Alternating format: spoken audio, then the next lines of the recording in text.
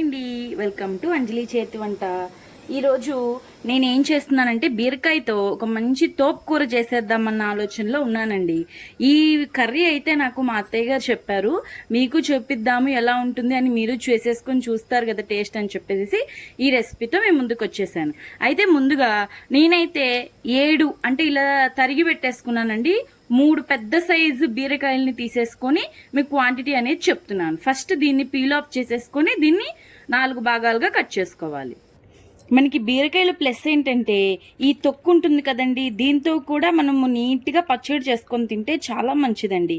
దీంట్లో పీచు పదార్థం ఎక్కువ ఉంటుంది కదా, మన బాడీకి కూడా చాలా మంచిది. అందుకని నేను ఏం చేస్తున్నానంటే ఈ పీచు వరకు నీట్గా కవర్లో పెట్టేసుకొని నేను స్టోర్ చేసుకుంటున్నాను. ఈ రెసిపీ అనేది దీంతో కూడా ఎలా పచ్చడి చేసుకోవాలి అనేది నేను మీకు యూట్యూబ్ ఛానల్లో పెట్టేస్తాను. ఇదిగోండి, నీట్గా ఇలా పీల్ చేసేసుకొని చేదులు ఉన్నాయో లేదో చూసేసుకొని ఇలా కట్ చేసుకున్నానండి.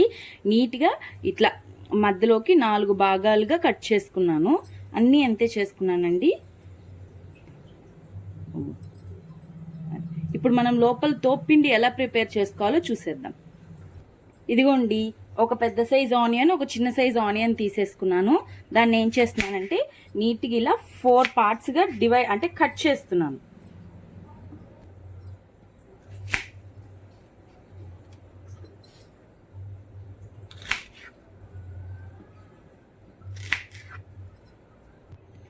ఒక మిక్సీ జార్ తీసేసుకొని ఈ కట్ చేసుకొని పెట్టుకున్న ఉల్లిపాయల్ని నీట్గా దీంట్లో వేసేసుకుందాం. దాంట్లోకి తోపుపిండి కదండి, నీట్గా సరిపోయేంత సాల్ట్ కూడా వేసుకుందాం. చూసుకొని వేసుకోవాలండి, ఎక్కువ తక్కువ వేసుకుంటే ఈ కర్రీ అసలు బాగుండదు. ఇప్పుడు కొంచెం లైట్గా కారం వేసుకుందాం, ఎండు కారం.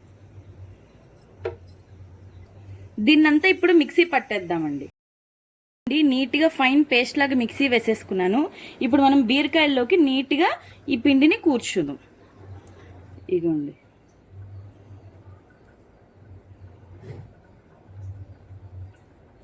ఇలా నీట్గా ఏం చేయాలంటే దాని లోపలికి కూర్చోాలి. ఇలా అన్నీ ఉన్నాయి కదా ముక్కలన్నీ, వీటన్నిటిని కూడా పెట్టేసుకుందాం. ఇప్పుడు బాండి పెట్టేసుకొని ఆయిల్ వేసేసుకుందామండి.